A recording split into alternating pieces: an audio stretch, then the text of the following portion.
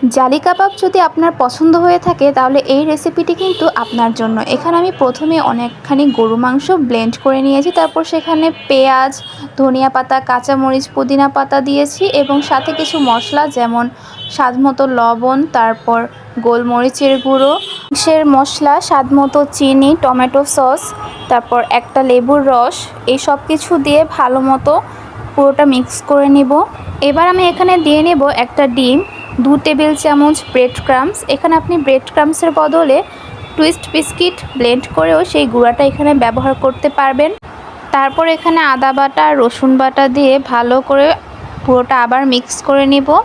এবার মিক্স করে আমরা একটু একটু করে এখান থেকে নিয়ে সেটাকে আমরা কাবাবের শেপ দিয়ে নেব। তারপর কাবাবের শেপ করে সেগুলো আবার আমরা ব্রেড ক্রাম্বস দিয়ে কোট করে নেব। এভাবে আমরা প্রত্যেকটি কাবাব তৈরি করে তা ব্রেড ক্রাম্বসের ভেতরে নিয়ে কোট করে রাখবো। আমার কিন্তু প্রতিটি কাবাব শেপ করা হয়ে গিয়েছে। এবার আমি চলে যাব পরের স্টেপে। এবার প্রথমেই আমি এখানে 2টো ডিম ভেঙে সেটাকে ভালো করে মিক্স করে নিয়েছি। সেখানে আমি স্বাদমতো লবণ, চিনি হালকা, তারপর আধা চামচের মতো গোলমরিচের গুঁড়া দিয়ে ভালো করে মিক্স করে নিয়েছি।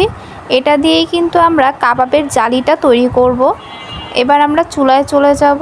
আমরা প্রথমেই তেল গরম করে নিয়েছি, তারপর আমরা এই ডিমের মধ্যে কাবাবটাকে ভালো করে চুবিয়ে তারপর এখানে তেলের মধ্যে ছেড়ে দেব। আমরা এই কাবাবের উপরে কিন্তু হালকা চাইলে আরেকটু ডিম হাত দিয়ে দিতে পারি, এভাবে কিন্তু একটা জালি জালি ভাব চলে আসবে। এভাবেই কিন্তু জালি কাবাব তৈরি করা হয়। আর উপর থেকে ডিম ছাড়ার কারণে যে জালি ভাবটা তৈরি হয়, এর কারণেই মেনলি এই কাবাবটার নাম দেওয়া হয়েছে জালি কাবাব। তো এভাবেই আমরা প্রতিটি কাবাব তৈরি করে নিচ্ছি। আপনারা দেখতেই পাচ্ছেন হালকা ব্রাউন কালার হলেই আমরা এই জালি কাবাবগুলোকে উঠিয়ে নেব। আর এই জালি কাবাবগুলো খেতে কিন্তু অসাধারণ হয়, মানে ভেতরে মাংস, উপরে ডিমের একটা ফ্লেভার, জাস্ট অসাধারণ। আপনারা অবশ্যই বাসায় ট্রাই করবেন। জালি কাবাবটা আমরা মুখে বললে যতটা মনে হয় যে খুব কঠিন একটা রেসিপি, আসলে কিন্তু ততটা না। খুবই সহজ এবং সুন্দর একটি রেসিপি। আশা করি আপনাদের ভালো লাগবে। আল্লাহ হাফেজ।